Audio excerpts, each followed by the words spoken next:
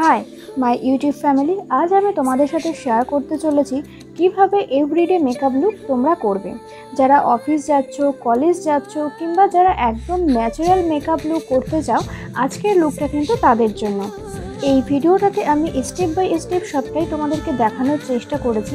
তোমরা যারা একদমই মেকআপ করতে পারো না, তারাও কিন্তু এই ভিডিওটা দেখলে মেকআপ করা শিখে যাবে।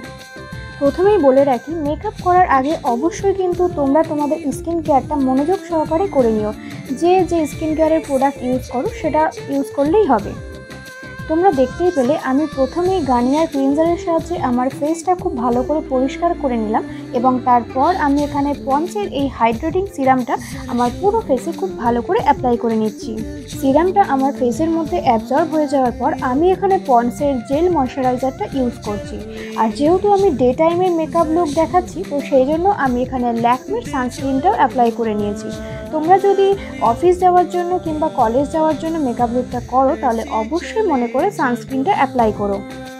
স্কিন কেয়ারটা করে নেওয়ার পর আমি এখানে হালকা করে আমার আইব্রোজটা ড্র করে নিচ্ছি। তোমরা চাইলে এটাকে স্কিপও করতে পারো, তবে আমার মনে হলো আইব্রোজটা ড্র করলে ফেসটাকে দেখতে বেশ ভালো লাগে। এরপর আমার ফেসের পোর্সগুলোকে মিনিমাইজ করার জন্য আমি এখানে প্রাইমার অ্যাপ্লাই করে নিচ্ছি। এরপর আমার ফেসে একটা হালকা মেকআপ বেস দেওয়ার জন্য আমি এখানে মার্স কসমেটিক্সের বিবি ক্রিমটা অ্যাপ্লাই করছি। মার্কেটে অনেক রকমের বিবি ক্রিম আছে, তোমাদের পছন্দ অনুযায়ী যে কোনো একটা বিবি ক্রিম কিংবা সিসি ক্রিম অ্যাপ্লাই করো, তবে একদম ফাউন্ডেশন নয়।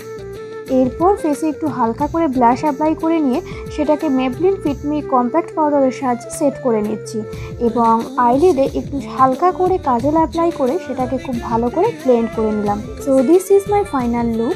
লুকটা তোমাদের কেমন লাগলো অবশ্যই কিন্তু আমাকে কমেন্টে জানিও এবং নেক্সট তোমরা কোন মেকআপ লুক দেখতে চাও সেটাও বলো।